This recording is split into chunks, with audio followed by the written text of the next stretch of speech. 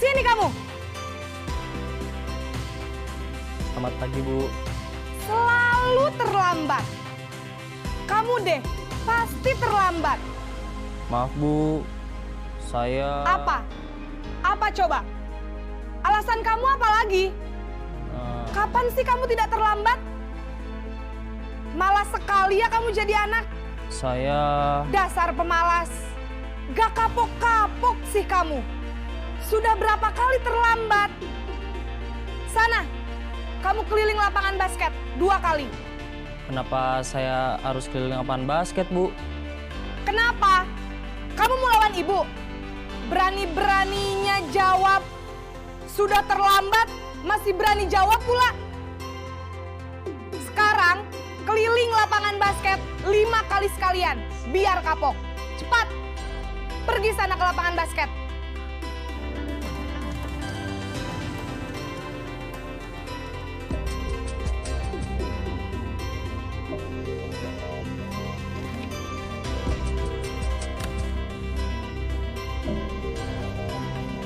Naren!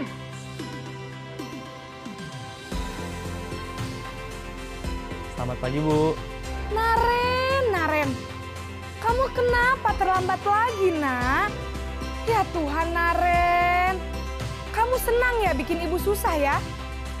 Kalau kamu terlambat lagi, nanti ibu yang ditegur bapak kepala sekolah, nak. Disangka ibu tidak bisa membina kamu. Duh, gimana ini? Maaf, Bu. Duh, Gusti Naren. Kamu suka ya kalau ibu ditegur bapak kepala sekolah? Terus, sekarang ibu harus tulis apa ini di buku absen? Ini kamu sudah sering terlambat loh. Ibu harus apa coba? Maaf, Bu. Maaf sekali.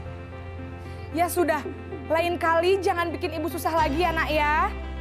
Ibu tidak akan kuat lagi kalau kamu begini terus. Bisa jantungan kalau ibu ditegur bapak kepala sekolah. Sana cepat ke kelas. Maaf ya, Bu. Maaf sekali.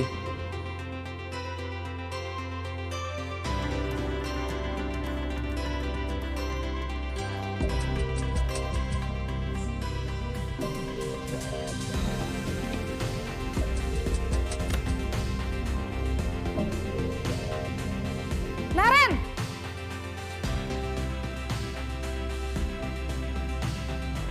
Selamat pagi, Bu. Wah, sudah jam berapa ini, nak? Terlambat lagi ya, sayang. Iya, Bu. Habis ibu saya lupa bangunkan saya, Bu. Kamu malah menyalahkan ibu kamu. Kamu bukannya anak yang larinya paling kenceng. Kok terlambat sih? Iya, Bu. Saya memang terlambat bangun tadi. Jadi, biarpun saya lari kencang, tetap gak kekejar, Bu. Ya sudah sana, nanti lain kali larinya lebih kenceng lagi ya. Biar gak terlambat lagi. Bikin seneng ibu, demi ibu. Bisa kan? Bisa lah, Bu. Ya sudah sana masuk kelas. Ibu beresin urusan absen kamu. Kamu ini ada-ada saja.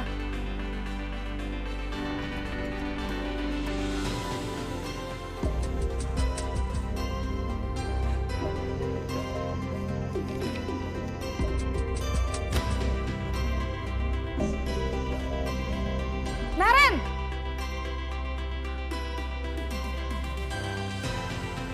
Selamat pagi, Bu. Naren, apa peraturan sekolah kita tentang jam berapa kita harus masuk sekolah, nak? Kita harus di sekolah jam 7, Bu. Iya, betul. Sekarang sudah jam 7.20. Naren sudah tahu konsekuensinya jika terlambat hadir. Paham, Bu. Saya harus tinggal kelas pas jam istirahat selama 20 menit. Iya, benar. Konsekuensinya demikian. Jadi nanti jam 9.30 pas istirahat, kamu harus tinggal di kelas, kerjakan tugas tambahan untuk ketertinggalan kamu, ya? Baik, Bu.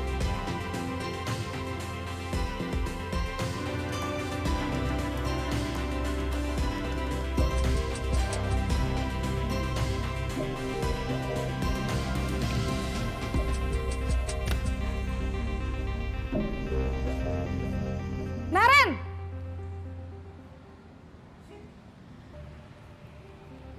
Selamat pagi, Bu. Selamat pagi, Naren. Maaf, Bu. Saya terlambat. Iya, sekolah masuknya jam 7, sekarang sudah jam 7.20. Jadi sekarang bagaimana ini, Naren? Maaf, Bu. Saya lupa setel alarm saya semalam.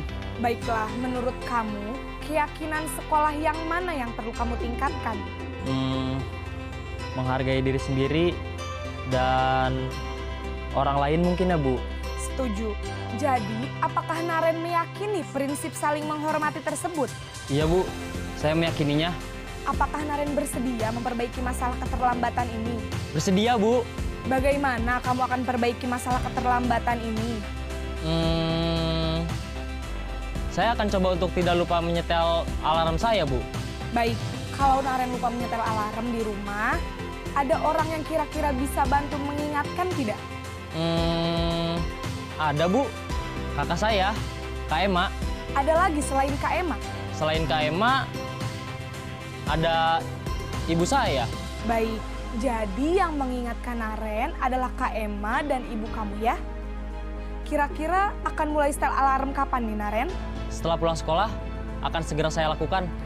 Baik, jadi Naren akan setel alarm untuk bangun besok pagi dan akan diingatkan oleh kakak dan ibunda Naren ya. Ada lagi yang mungkin perlu dilakukan, Naren? Agar tidak terlambat bangun lagi. Tidak ada, Bu. Baik, Naren. Terima kasih untuk kerjasama kamu. Sekarang kamu perlu kembali ke kelas untuk belajar.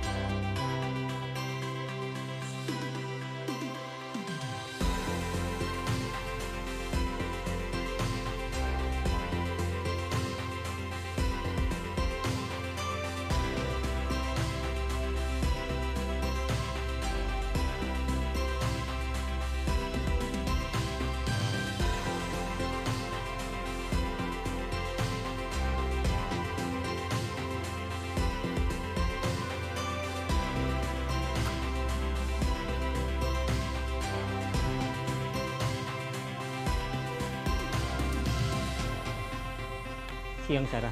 Siang, Pak. Sudah lama nggak ketemu Sarah. Kenapa hari ini ada di sini? Kesel, Pak. Kesel banget.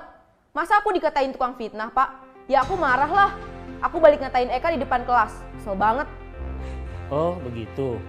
Ya pasti kamu marah dan kesal. Bapak juga akan marah apabila ada yang menuduh Bapak seperti itu. Kemudian, pada saat itu, kamu mau melakukan apa? Ya saya langsung ngatain Eka lah, Pak.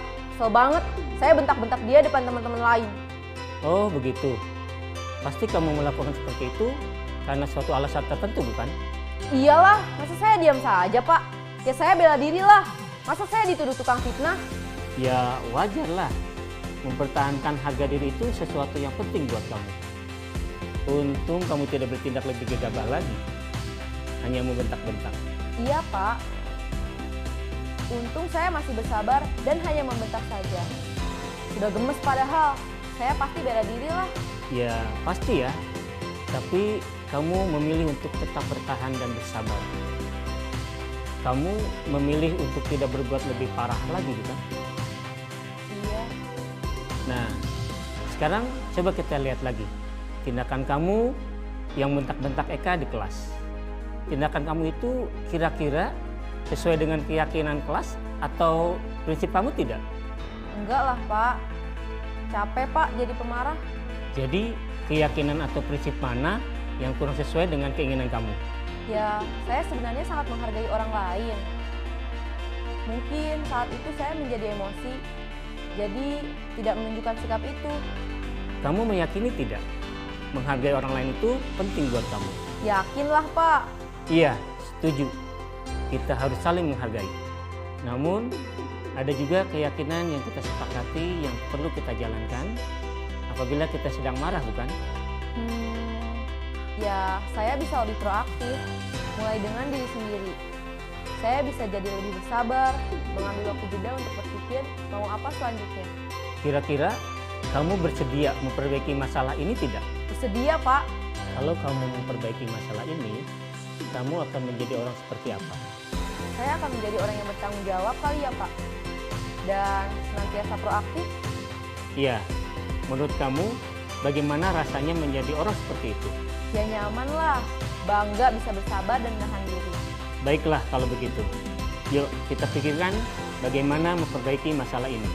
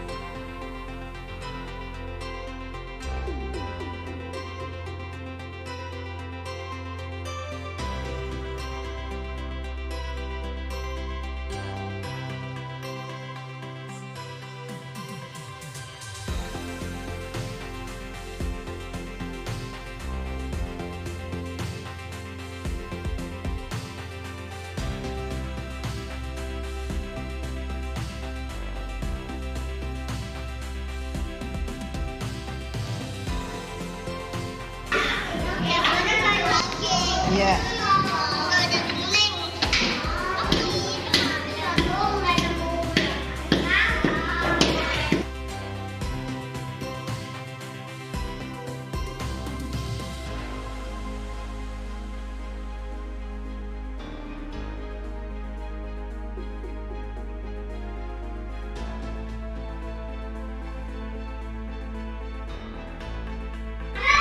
Sudah jelas atau belum?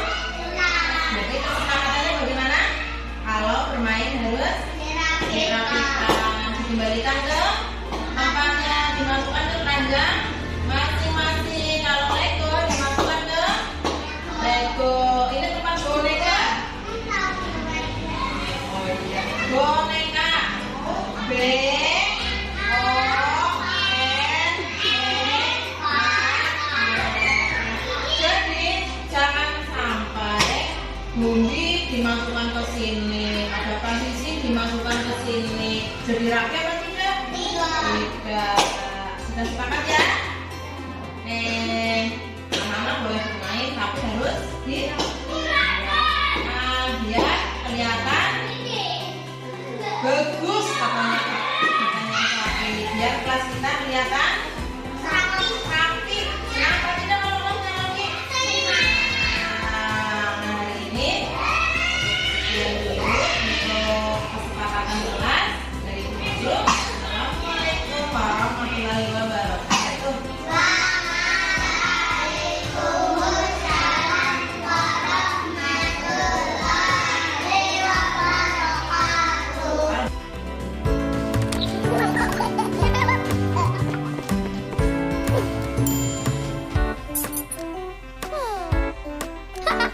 Yuk ke ruang bermain dan bersenang-senang.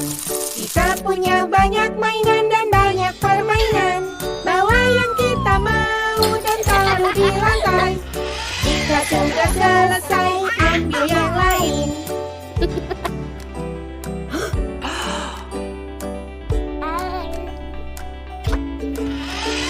Harus rapikan mainan kalau sudah selesai. Buat rapi kembali sebelum kita pergi. Harus rapikan mainan, simpan di tempatnya. Selesai bermain, tempatnya rapi kembali.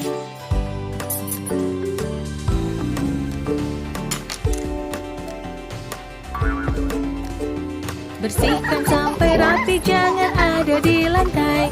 Jika masih berantakan, rapikanlah lagi.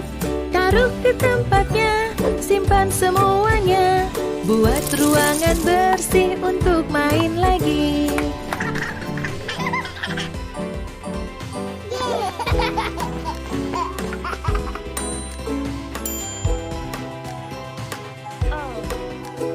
Bersihkan sangat mudah jika tahu caranya. Kita membersihkannya sampai seperti baru. Bersihkan sangat mudah. Juga menyenangkan. Kesini dan kesana sampai semua selesai.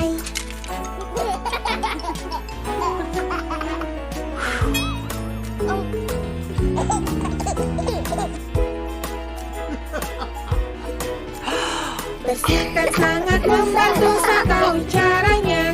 Kita membersihkannya sampai seperti baru. Bersihkan sangat membantu. Juga sangat bagus. Kesini dan kesana seperti seharusnya. Hey,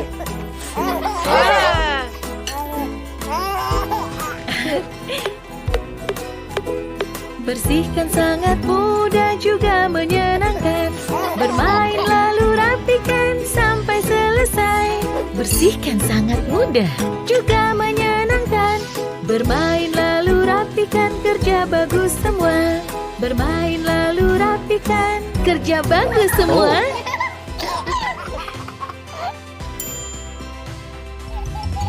atas, bawah, dan keliling itu yang kita suka. Kita main tapi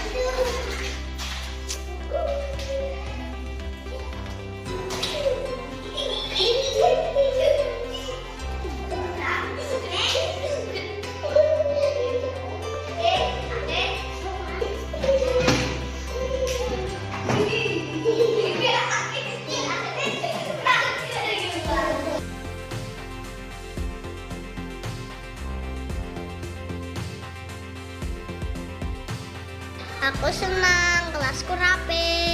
Aku senang kelasku bersih dan rapi.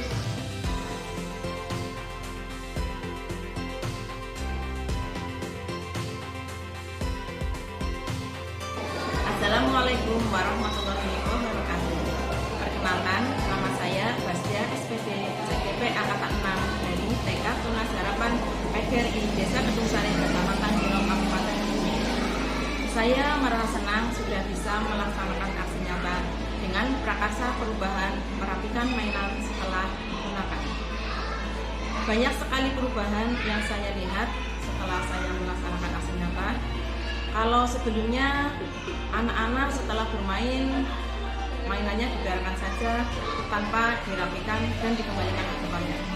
Tapi setelah saya melaksanakan aksi nyata dan melakukan observasi, mereka sudah bisa merapikan mainan atau mengembalikan mainan ke tempatnya tanpa disuruh atau diperintah. Harapan saya semoga hal ini bisa menjadi suatu kebiasaan atau perilaku yang baik yang bisa menumbuhkan karakter anak usia dini. Demikian, Assalamualaikum warahmatullahi wabarakatuh. Perkenalkan, nama saya Satini selaku Kepala Sekolah TK Tunas Harapan Kedung Sari. Saya mendukung sepenuhnya kepada Bu Bastia yang telah melakukan tentang penerapan budaya positif di Sekolah TK Tunas Harapan Kedung Sari. Setelah dilaksanakan aksi nyata, banyak perubahan yang terjadi di TK Tunas Harapan Kedung Sari, terutama pada anak didiknya. Semoga kedepannya lebih baik dan bermanfaat bagi pendidik dan anak didik. Cukup sekian. Assalamualaikum warahmatullahi wabarakatuh. Assalamualaikum warahmatullahi wabarakatuh. Perkenalkan, nama saya Tri Karyanti SPD. Saya teman sejawat dari Ibu Bastia. Saya sangat terinspirasi dengan aksi nyata yang sudah dilaksanakan oleh Ibu Basya. Harapan saya, semoga saya bisa menerapkan tentang budaya positif di kelas saya untuk menumbuhkan pendidikan karakter anak didik saya. Terima kasih. Wassalamualaikum warahmatullahi wabarakatuh.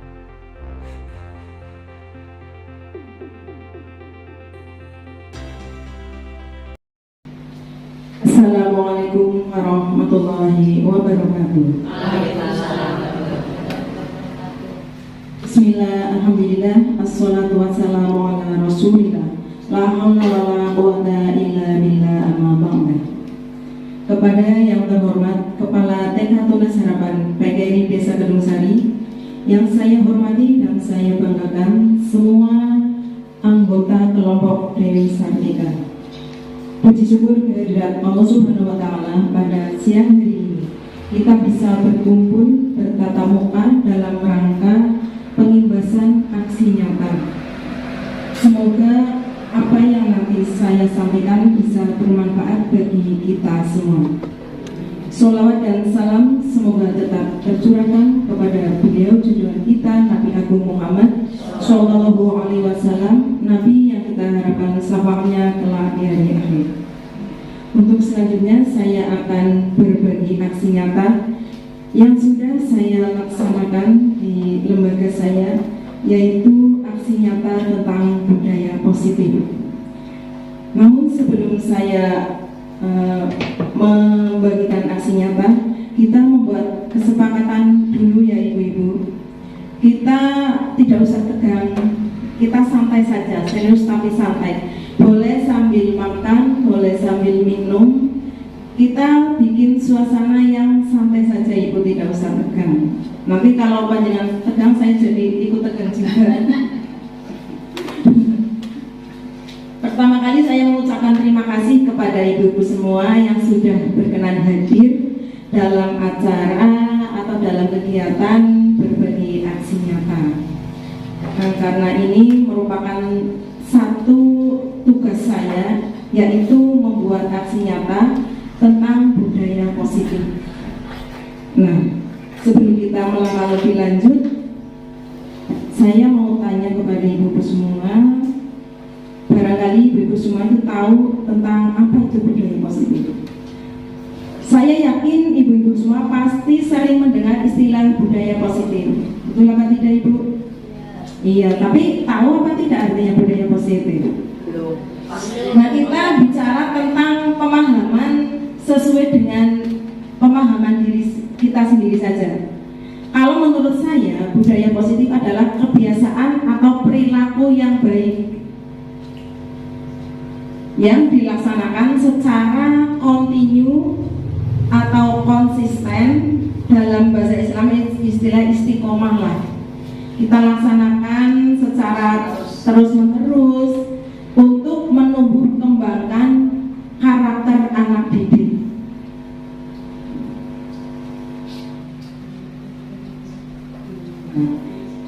Di sini ada beberapa capaian, yaitu ada capaian umum, ada capaian khusus. Untuk capaian umum adalah memahami konsep pendidikan menurut Ki Hajar Dewantara dihubungkan dengan konsep budaya dan lingkungan positif di sekolah yang berpihak pada murid. Yang kedua, melakukan evaluasi dan refleksi tentang praktik disiplin dalam pendidikan Indonesia secara umum untuk mendapatkan pemahaman baru mengenai konsep disiplin positif untuk menciptakan murid dengan profil pelajar Pancasila. Yang ketiga adalah memahami peran sebagai guru untuk membangun budaya positif dengan menerapkan konsep disiplin positif dalam berinteraksi dengan murid. Jadi tujuan akhir dari kurikulum Merdeka itu sebenarnya adalah profil pelajar Pancasila. Kalau zaman dahulu yang namanya pendidikan itu tujuan akhirnya adalah akademik. Makanya kalau zaman dulu itu lebih ditekankan pada perankingan. Berbeda dengan sekarang, karena belajar dari pengalaman pendidikan yang sudah dilaksanakan beberapa tahun terakhir, Indonesia itu mengalami kemerosotan moral. Nah, makanya untuk kurikulum Merdeka sekarang ditekankan dengan pendidikan profil pelajar Pancasila. Kemudian untuk capaian khusus adalah mendemonstrasikan pemahaman calon guru penggerak mengenai konsep budaya positif yang di dalamnya terdapat konsep perubahan paradigma, stimulus, respon, dan teori kontrol. 3. Teori motivasi perilaku manusia, motivasi internal dan eksternal, keyakinan kelas, hukuman dan penghargaan, 5. Kebutuhan dasar manusia, 5. Posisi kontrol guru, dan segitiga restitusi. Yang kedua adalah menerapkan menerapkan strategi disiplin positif yang memerdekakan murid untuk menciptakan ekosistem sekolah aman dan berpihak pada murid. Jadi memang untuk sekarang ini kita sebagai guru, terutama untuk kurikulum merdeka itu memang ditekankan pendidikan yang berpusat pada murid. Jadi guru itu intinya menghamba pada murid, itu menurut Ki Hajar Dewantara.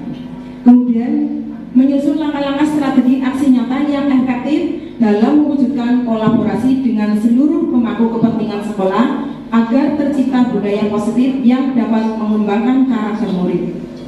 Yang keempat, bersikap reflektif dan kritis terhadap budaya di sekolah dan senantiasa mengembangkannya sesuai kebutuhan sosial dan emosional murid.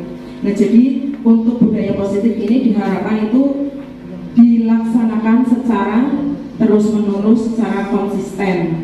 Jadi harapannya tidak hanya untuk memenuhi tugas aksi nyata, baik itu yang tugas aksi nyata PMM maupun guru penggerak.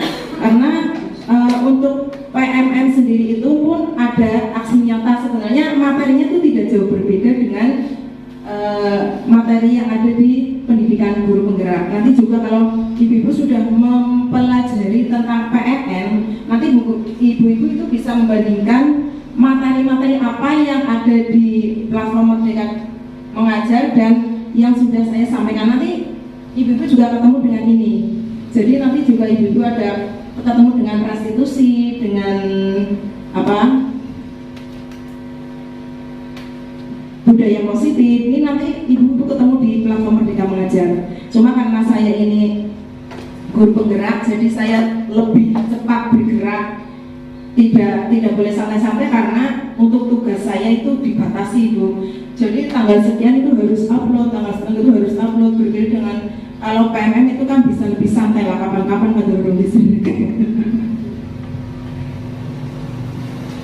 Kemudian topik modul 1.4 yang akan kita pelajari adalah 1. Disiplin positif dan nilai-nilai kebajikan universal. Yang kedua, teori motivasi, hukuman, dan penghargaan restitusi. Ketiga, keyakinan kelas. Yang keempat, kebutuhan dasar manusia dan dunia berkualitas. Yang kelima, restitusi tentang 5 posisi kontrol. Dan yang keenam adalah restitusi atau segitiga restitusi.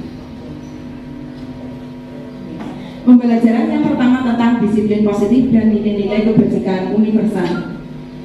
Kenapa dikatakan dengan disiplin positif? Jadi yang diharapkan di sini, disiplin positif itu bukan disiplin yang artinya mengekang anak.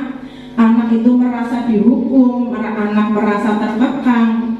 Jadi disiplin positif ini, nah ini makna asal dari kata disiplin. Disiplin ini berasal dari bahasa Latin.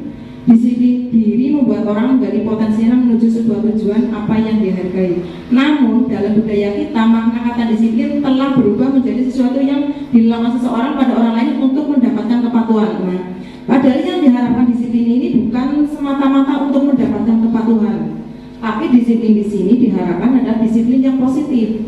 Artinya anak itu tidak merasa dikekang. Terus misalkan kalau anak sampai melanggar terus tidak dihukum, itulah yang dimaksud dengan kedisiplinan. Jadi yang namakan disiplin positif adalah disiplin yang lahir dari motivasi intrinsik, bukan dari motivasi ekstrinsik. Kalau motivasi ekstrinsik, anak-anak misalkan ya, anak-anak datang lebih awal, tidak terlambat karena takut akan kena hukuman. Tapi kalau di TK kan kita tidak seperti itulah, kita lebih fleksibel.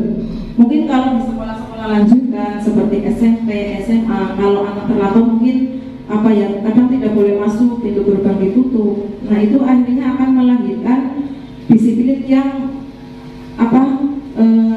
kurang bisa dikatakan bukan disiplin positif, karena anak datang lebih awal atau tidak terlambat dengan tujuan agar tidak dihukum.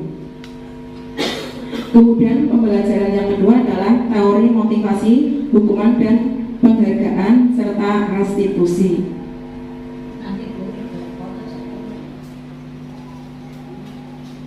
Teori motivasi perilaku manusia. Pada dasarnya manusia itu melakukan segala sesuatu itu ada tujuannya. Kita juga melakukan sesuatu pasti ada tujuannya, iya apa tidak?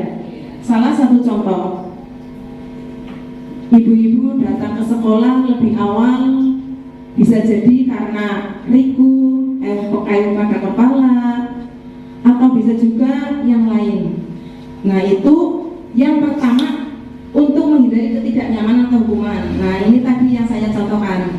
Jadi kadang kita berangkat gasik dengan tujuan agar tidak kena teguran oleh kepala. Kemudian yang kedua adalah untuk mendapat imbalan dari orang lain atau institusi. Apa yang akan saya dapatkan apabila saya melakukannya? Nah ini yang kedua, ini main diarani. Kadang-kadang ada orang seperti itu. Aku sedikit Arab sergap lah, main diarani guru sergap, terus guru berprestasi, main diarani guru pinter. Nah itu yang kedua. Kemudian yang ketiga adalah untuk menghargai diri sendiri.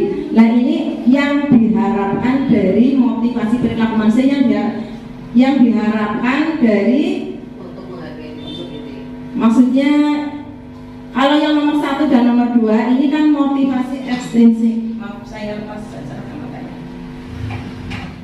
Untuk yang nomor 1 dan nomor 2 itu kan motivasi ekstrinsik, artinya motivasi dari luar. Sedangkan yang ketiga adalah motivasi intrinsik, artinya kesadaran dari diri sendiri. Nah ini yang diharapkan kita sebagai guru itu seperti itu. Dengan kesadaran diri, jangan sampai main diarani.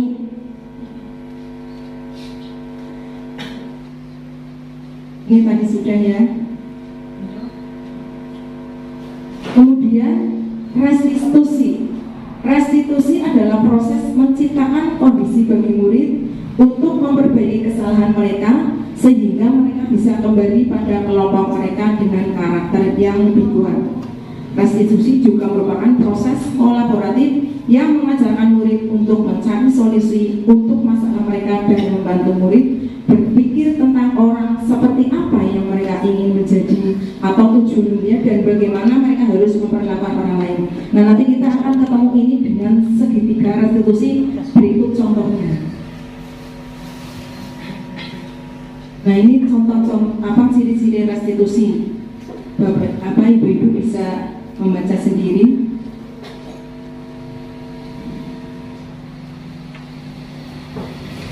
Kemudian pembelajaran 3 yaitu keyakinan kelas. Mengapa tidak peraturan saja, mengapa harus keyakinan kelas? Mengapa kita memiliki peraturan harus menggunakan helm bila mengendarai kendaraan roda 2? Ini peraturan atau keyakinan menurut Ibu? Peraturan. Mengapa kita memiliki peraturan 3M menggunakan masker, mencuci tangan, dan menjaga jarak 1,5 meter? Ini juga termasuk peraturan. Mengapa kita memiliki peraturan harus datang tepat waktu pada saat mengikuti pelatihan? Untuk mendukung motivasi intrinsik kembali ke nilai-nilai keyakinan-keyakinan yang lebih menggerakkan seseorang dibandingkan mengikuti serangkaian peraturan-peraturan.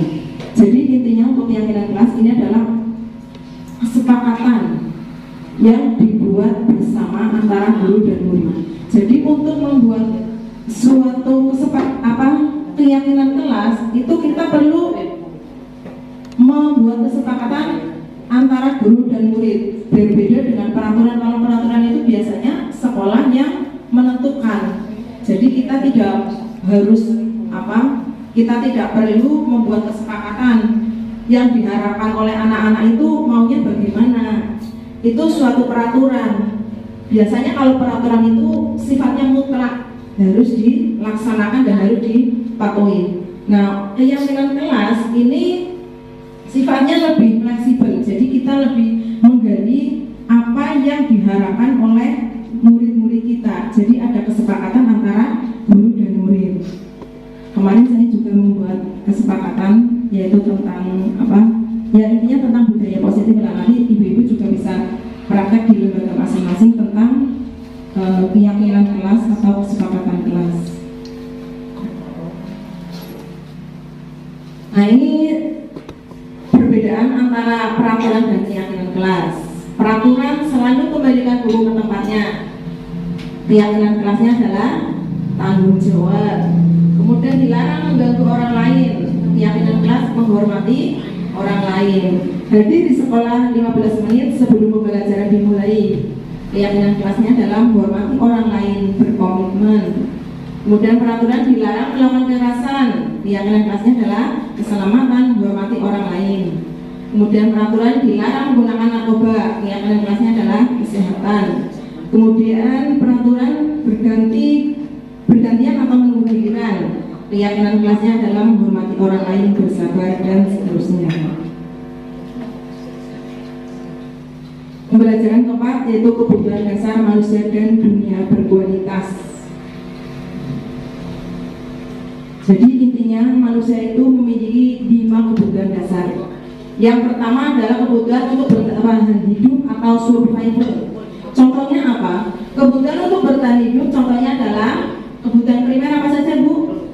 Sandang, makan, makan. Itu kebutuhan untuk bertahan hidup. Sedangkan yang kedua adalah kebutuhan cinta dan kasih sayang. Seperti jangankan anak-anak, kita saja yang sudah tua juga membutuhkan kasih sayang ya, ibu-ibu dari suami. Demikian juga anak-anak. Kemudian yang ketiga adalah kebebasan atau freedom. Kebebasan kita intinya tidak ingin dikekang atau lebih bersifat mandiri. Kita ingin menjadi orang yang mandiri. Kita tidak ingin dikekang. Kita ingin bebas. Nah ini kebutuhan kebebasan.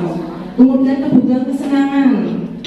Contohnya adalah kita sudah punya motor. Kalau punya uang yang ingin punya mobil. Itu adalah suatu kesenangan.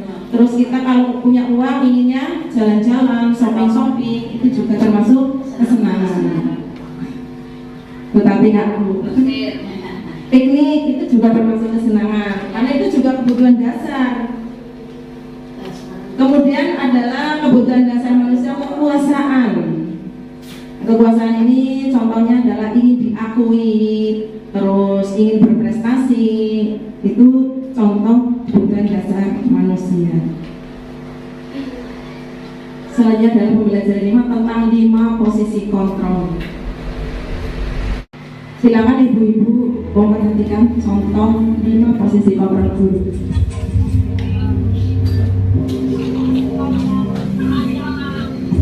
Ini yang pertama adalah posisi kontrol guru sebagai penghukum. Coba kita masuk posisi yang mana? Selamat pagi, Bu. Selalu terlambat. Kamu deh, pasti terlambat. Maaf, Bu. Saya... Apa? Apa coba? Alasan kamu apa lagi? Kapan sih kamu tidak terlambat? Malas sekali ya kamu jadi anak. Saya... Dasar pemalas. Gak kapok-kapok sih kamu. Sudah berapa kali terlambat? Sana, kamu keliling lapangan basket 2 kali. Kenapa saya harus keliling lapangan basket, Bu? Kenapa? Kamu melawan ibu. Berani-beraninya jawab. Sudah terlambat, masih berani jawab pula. Sekarang, keliling lapangan basket 5 kali sekalian. Biar kapok. Cepat. Pergi sana ke lapangan basket. Yang kedua adalah posisi kontrol guru membuat orang merasa bersalah.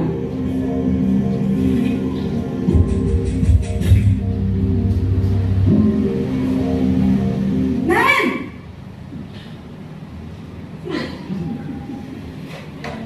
Selamat pagi, Bu.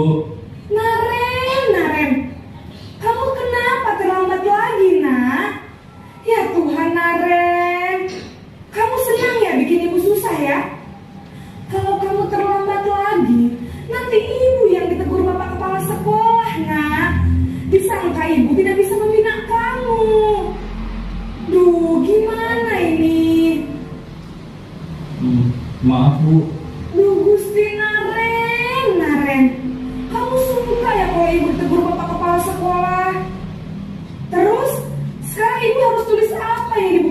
absen.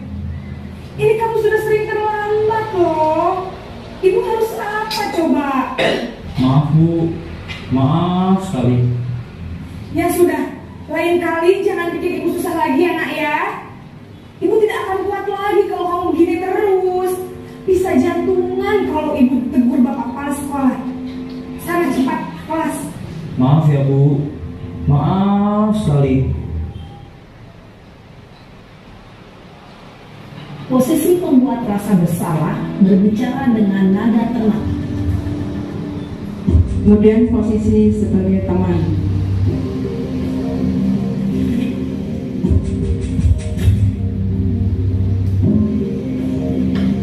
Naren!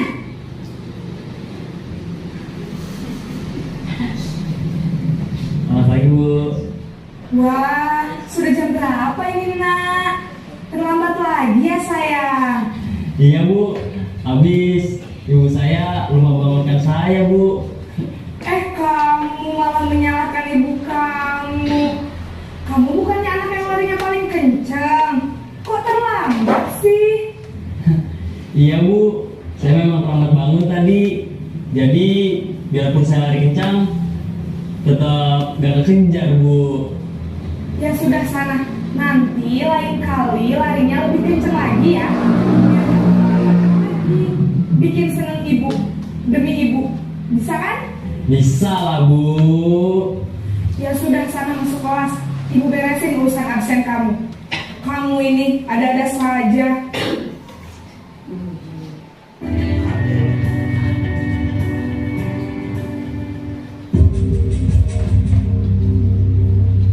Kemudian selanjutnya adalah guru sebagai pemantau. Naren!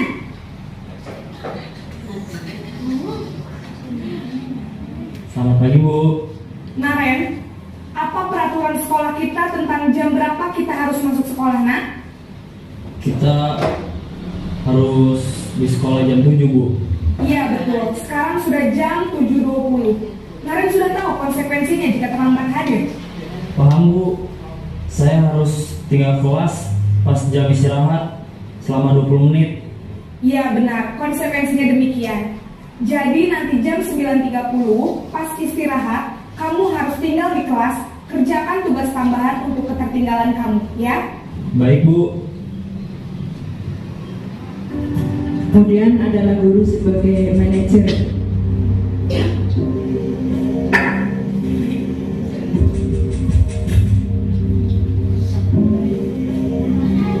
Naren!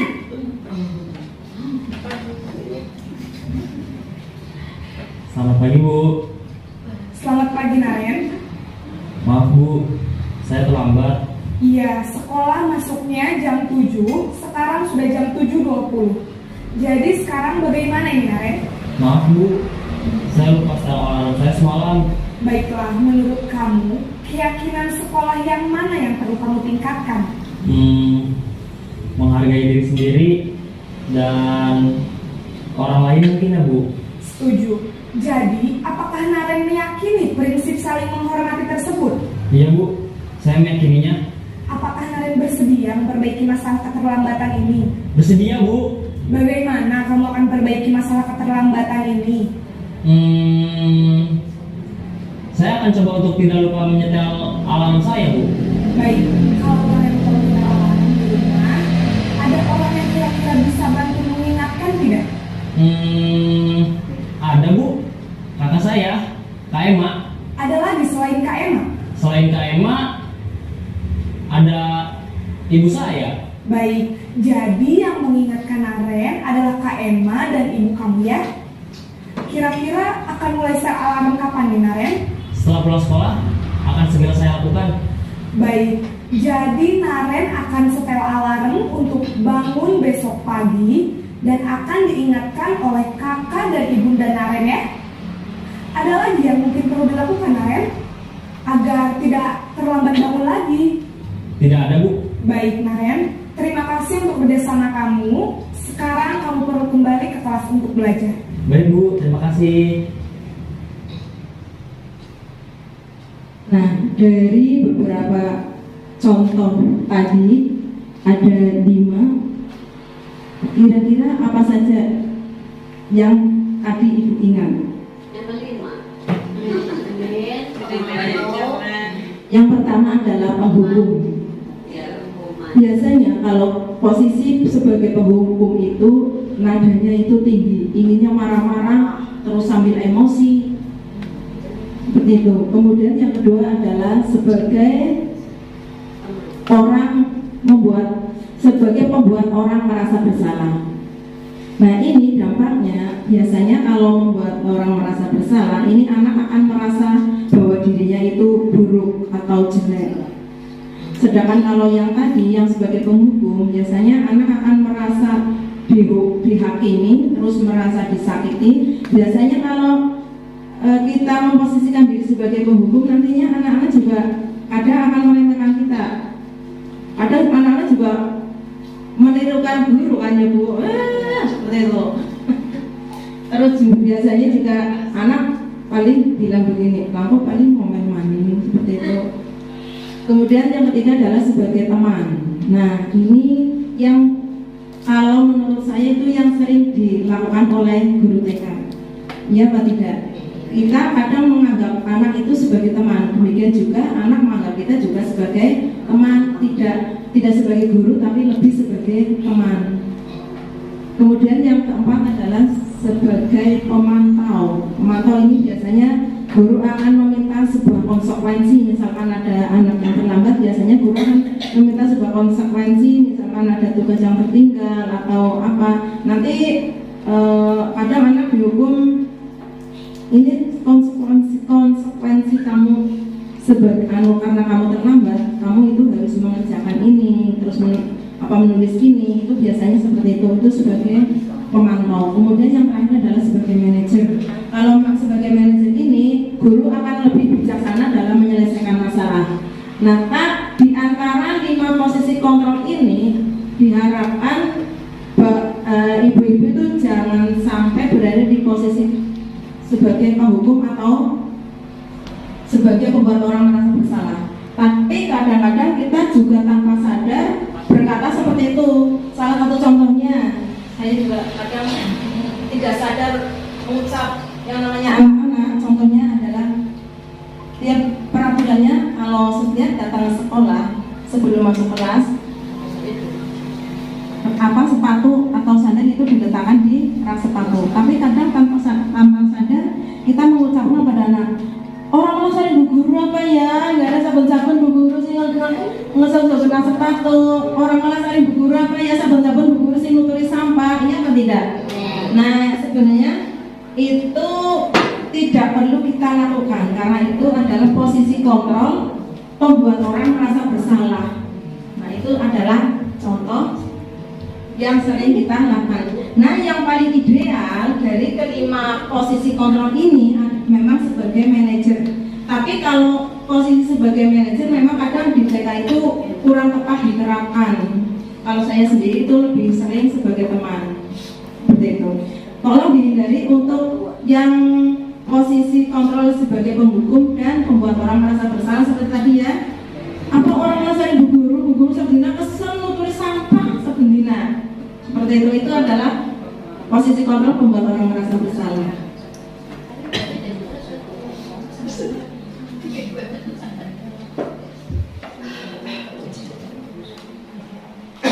Gak ada Bu, kita berhenti dulu ya.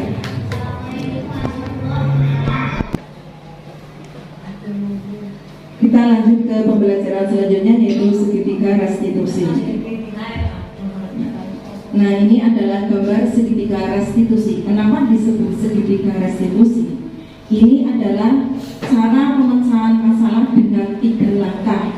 Yang pertama adalah menstabilkan identitas. Berbuat salah itu hal yang manusiawi. Tidak ada manusia yang sempurna. Bapak ibu guru juga pernah berbuat salah. Nah, ini cara menstabilkan identitas. Atau dengan menggunakan kata-kata kita pasti bisa menyelesaikan permasalahan ini. Bapak ibu tidak tertarik untuk mencari tahu siapa yang benar, siapa yang salah. Bapak ibu lebih tertarik untuk menyelesaikan masalah. Kalau kalau kamu menyalahkan dirimu sendiri terus-menerus, apakah kamu bersikap baik pada dirimu sendiri? Nah, ini adalah langkah pertama, yaitu menstabilkan identitas. Kemudian yang langkah kedua yaitu validasi kebutuhan. Ini guru berkata, kamu bisa saja kan melakukan hal yang buruk, tapi kamu tidak melakukannya kan? Kamu pasti punya alasan mengapa melakukannya. Jadi kalau anak-anak melakukan kesalahan, kita tidak sebenarnya tidak langsung memvonis anak langsung marah-marah, tapi kita tanya dulu alasannya kenapa. Misalkan ada anak yang terlambat atau ada anak yang berkelahi, tanya dulu kenapa sih kamu berkelahi, tadi yang diperebutkan itu apa, yang jadi masalah itu apa, ditanya baik-baik. Kalau anak sedang emosi terus kita langsung marah-marah, ini ya anak nanti jadi kacau. Kemudian yang ketiga adalah menanyakan keyakinan. Guru berkata, apa nilai yang kita percaya di kelas atau sekolah kita? Nilai-nilai universal apa yang telah kita sepakati? Kemudian kelas yang ideal itu seperti apa sih? Kamu ingin jadi anak seperti apa? Yang ketiga, apa yang kamu rasakan ketika kamu melakukan itu? Kamu menjadi orang yang seperti apa? Nah, di sini ada contoh cara menyelesaikan masalah dengan langkah segitiga restitusi. Silakan ibu-ibu memperhatikan.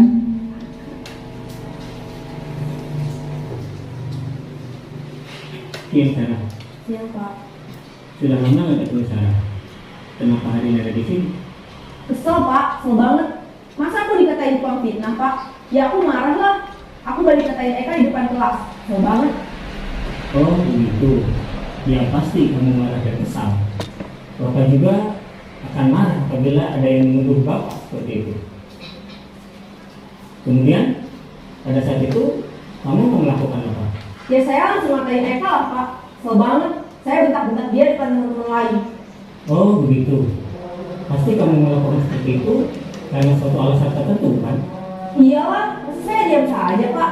Ya saya bela diri lah. Masa saya dituduh tukang fitnah? Ya wajar lah. Mempertahankan harga diri itu sesuatu yang penting buat kamu. Untung kamu tidak berpikir gagal lagi, hanya membentak-bentak. Iya, Pak. Untung saya masih bersabar dan hanya membentak saja. Sudah gemes padahal, saya pasti bela diri lah. Ya pasti ya. Tapi kamu memilih untuk tetap bertahan dan bersabar. Kamu memilih untuk tidak berbuat lebih parah lagi, no? Iya. Nah, sekarang coba kita lihat lagi tindakan kamu yang bentak-bentak Eka di kelas. Tindakan kamu itu kira-kira sesuai dengan keyakinan kelas atau prinsip kamu tidak? Enggak lah, Pak. Capek, Pak, jadi pemarah. Jadi keyakinan atau prinsip mana yang kurang sesuai dengan keinginan kamu? Ya, saya sebenarnya sangat menghargai orang lain. Mungkin saat itu saya menjadi emosi, jadi tidak menunjukkan sikap itu. Kamu meyakini tidak? Menghargai orang lain itu penting buat kamu. Yakinlah, Pak. Iya, setuju. Kita harus saling menghargai. Namun, ada juga keyakinan yang kita sepakati yang perlu kita jalankan apabila kita sedang marah, bukan? Ya, saya bisa lebih proaktif, mulai dengan diri sendiri. Saya bisa jadi lebih bersabar, mengambil waktu jeda untuk berpikir mau apa selanjutnya. Kira-kira kamu bersedia memperbaiki masalah ini tidak? Bersedia, Pak. Kalau kamu memperbaiki masalah ini, kamu akan menjadi orang seperti apa? Saya akan menjadi orang yang bertanggung jawab kali ya, Pak. Dan senantiasa proaktif. Iya, menurut kamu bagaimana rasanya menjadi orang seperti itu? Ya nyaman lah, bangga bisa bersabar dan menahan diri. Baiklah kalau begitu. Yuk kita pikirkan bagaimana memperbaiki masalah ini.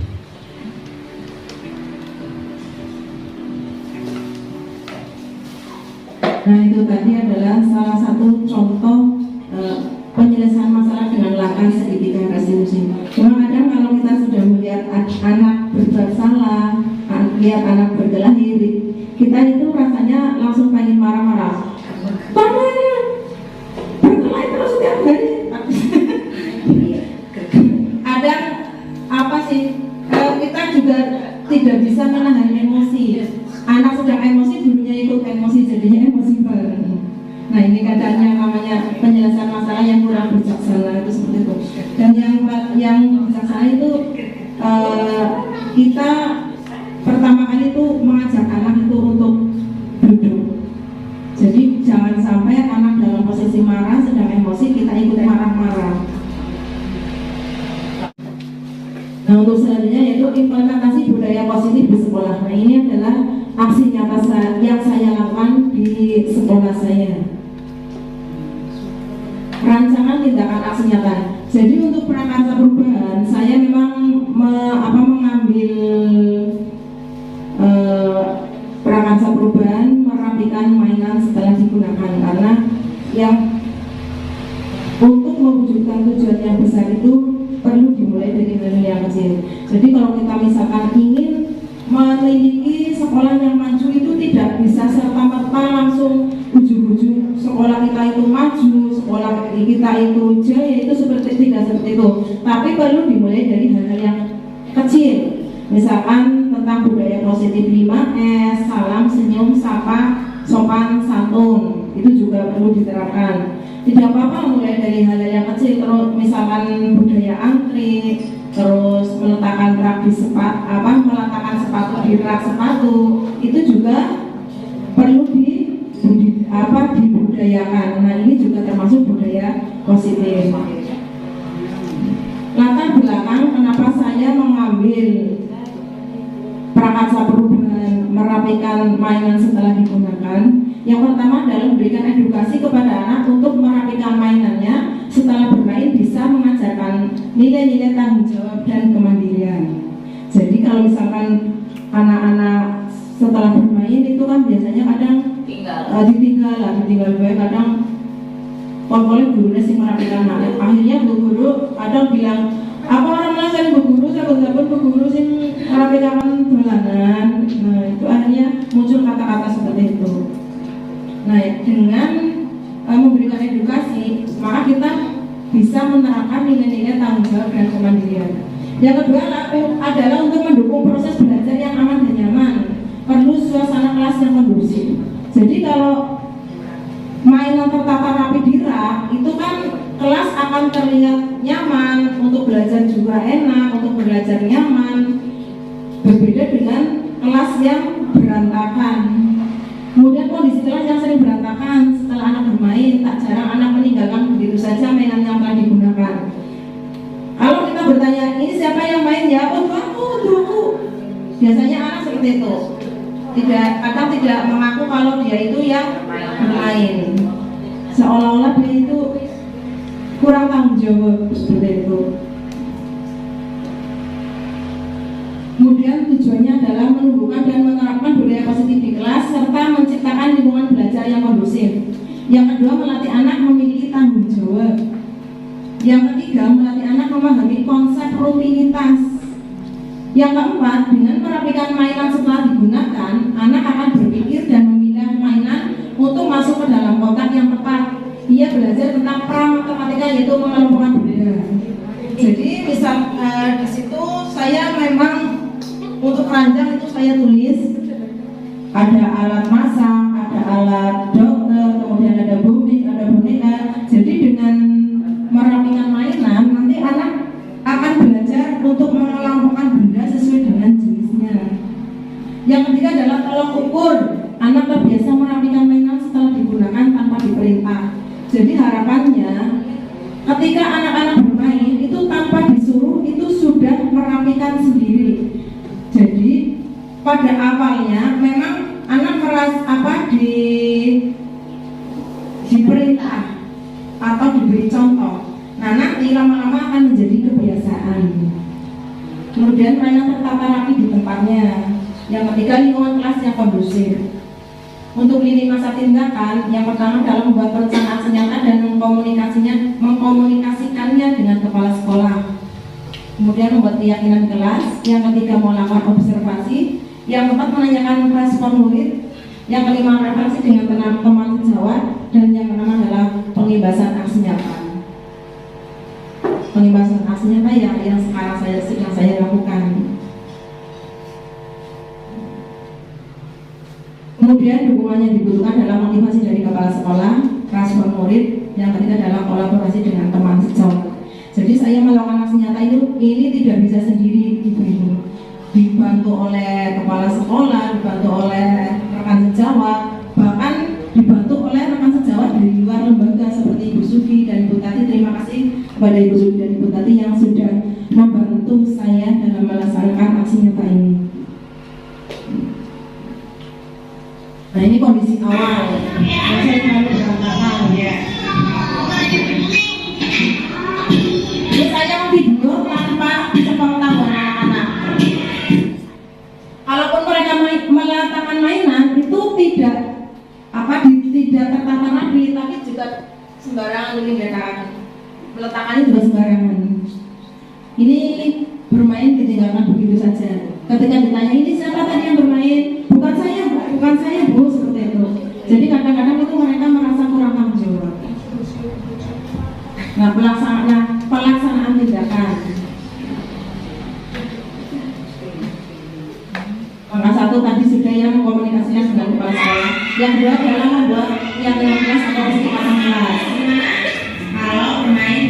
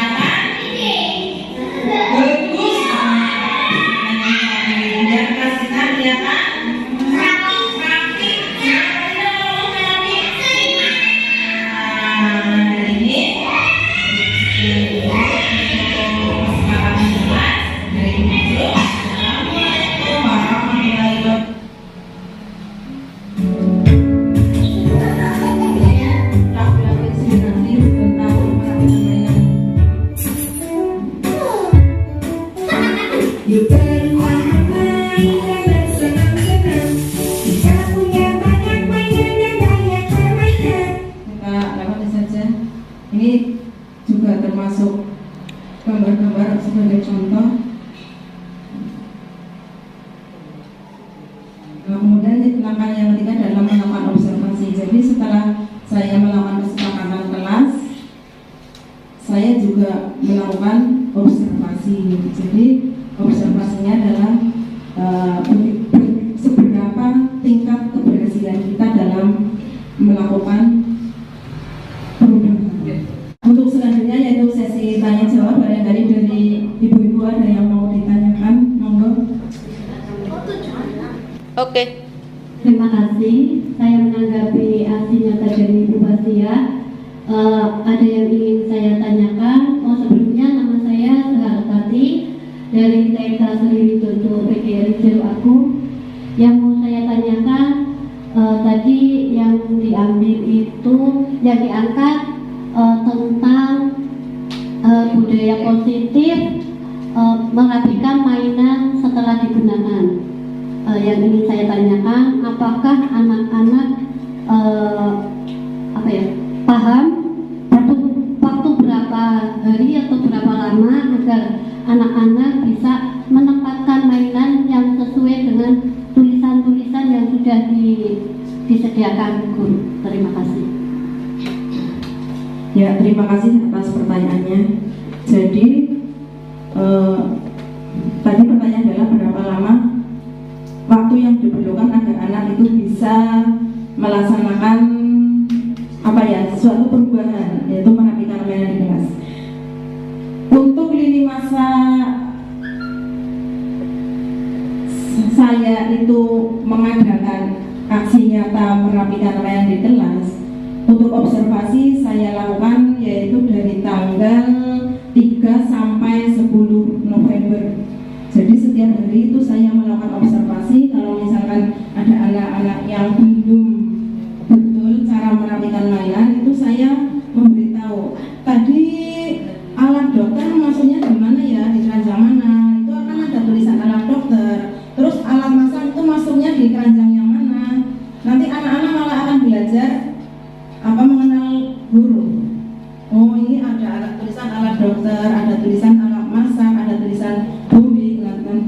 Jadi anak-anak akan belajar tentang bahasa dan tentang matematika. Jadi awalnya tadi kan saya mengadakan kesepakatan kelas. Saya tunjukkan ini besok kalau anak-anak meletakkan mainan alat dokter itu tempatnya di sini ya. Kalau alat masak itu tempatnya di sini. Sedangkan kalau bumi itu tempatnya di sini. Di sini itu untuk boneka. Nah, jadi lama-lama itu anak paham. Apalagi di situ ada tulisannya. Nah, jadi kita harapkan itu akan menjadi suatu kebiasaan. Jadi tanpa disuruh pun anak-anak akan meletakkan mainan setelah digunakan, akan merapikan mainan setelah digunakan, akan dikembalikan ke tempatnya. Begitu Bu tadi. Jadi kita telatenlah mengadakan observasi, karena ini namanya juga aksi nyata. Iya, kalau misalkan jenengan besok mau melakukan aksi nyata cuci tangan yang betul, jangan kan awalnya itu memberi contoh begini loh anak-anak, cara mencuci tangan yang bersih itu seperti ini langkah-langkahnya. Nah, selama kita melakukan aksi nyata, selama kita melakukan perubahan, kita juga harus mengadakan observasi. Jangan kita membiarkan anak cuci tangan tanpa diobservasi, tanpa dilihat seperti itu. Jadi kita membuat jadwal atau lini masa. Saya misalkan mau mengadakan prakarsa perubahan mencuci tangan yang benar. Jadi dengan itu membuat jadwal hari ini saya akan menjadwalkan atau memberi contoh cara mencuci tangan yang benar. Terus besok saya akan besok tanggal sekian sampai tanggal sekian saya akan mengadakan observasi. Jadi kalau misalkan ada anak-anak yang mencuci tangan kok langkah-langkahnya belum benar, kita bisa mengingatkan kembali atau memberikan contoh kembali seperti itu sampai hal itu menjadi suatu kebiasaan seperti itu. Namanya juga aksi nyata. Aksi nyata itu bukan omong kosong, tapi betul-betul dipraktekkan. Sudah cukup Ibu pertanyaannya? Ya. Kalau sudah tidak ada pertanyaan untuk pembahasan aksi nyata, saya cukupkan sekian. Mudah-mudahan apa yang saya sampaikan dapat bermanfaat bagi kita semua dan bisa diterapkan di lembaga masing-masing. Kurang lebihnya saya mohon maaf apabila dalam menyampaikan materi banyak